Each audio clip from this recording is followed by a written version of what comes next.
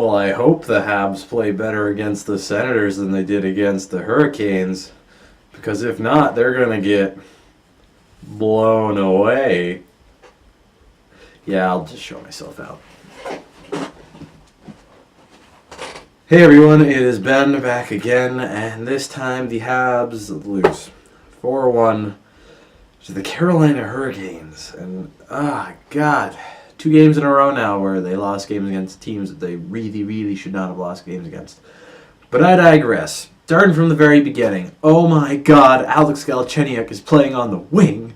Oh my God, how horrible. Or that's at least what 90% of Canadians' Twitter, Montreal Twitter, hockey Twitter was saying.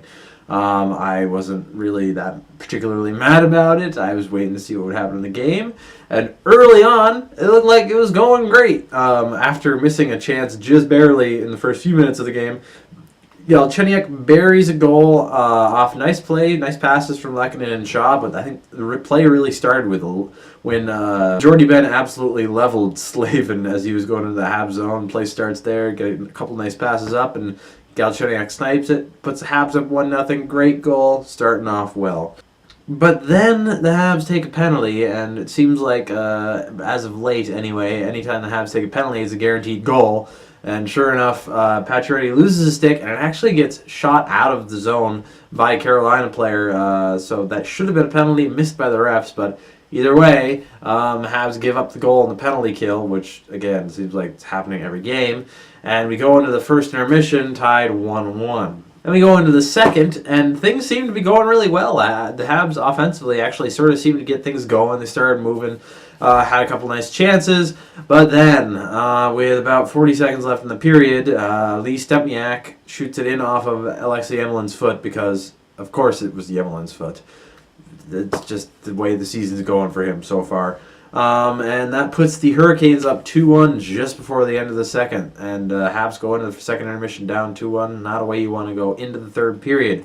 It'd be nice if just one of these games, before the end of the season, we could go into the third period without me having to think, all right, it's fine, they'll come back. Because they have been doing reasonably well at that this season, but it'd be nice if they didn't have to. And then we go into the third, and it looks like they get a few chances. Oh, maybe we'll tie it up, but then no. If you leave a guy, well, Lee Stempniak, who had already scored a goal in the game, but if you leave him wide open in front of the net for a one-timer, somebody's probably going to find him with a pass, and he's probably going to score, which is what happened to put the Hurricanes up 3-1. And that was when you could kind of tell, the game was sealed. There was like 3-ish minutes left in the game. And then Habs pull a goal, pull Price, and Jeff Skinner finishes the game off with the empty netter.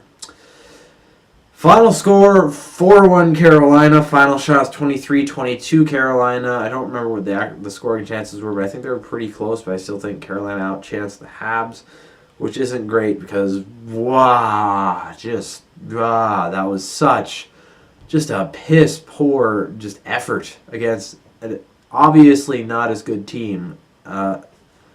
The one line that actually did look pretty good was the new fourth line of Martinson, McCarron, and Mitchell. They actually had a few good shifts through the game, but the problem is when the players on that line were getting grade A chances to put it in, none of them can shoot very well. So they would have wide open lanes for a shot where it'd probably be a goal if it was anybody like Pacioretty or Radulov, but it's Andreas Martinson taking the shot, so he whiffs it and it goes wide. And actually, even though he did look pretty good in the game, Martinson did, it looks like he's going to be slotted out to get Dwight King back in for tomorrow's game. And another player change, it looks like Beaulieu is going to be in for Brandon Davidson, which I was actually surprised by. Not that there's no reason Beaulieu shouldn't be back in the lineup, but Davidson actually looked pretty good throughout the game.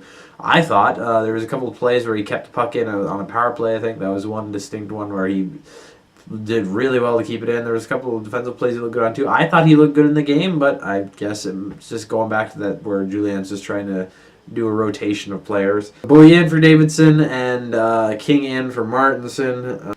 Other than that, I just don't have too much to say about that game. It was such a bad effort against a team that they should not have had any trouble beating.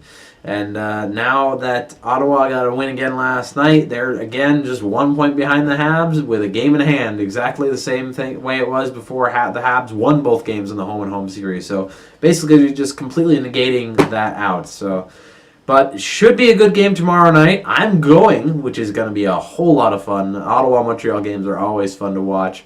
I'll be at that game, and I'm hoping they're going to be able to bring some emotion and energy tomorrow. They always do against Ottawa, but in the last 2 games, it has just been lacking, and they need to bring something. And I think they will, because the games are starting to become even more and more important. But until then, I'll see you guys next time.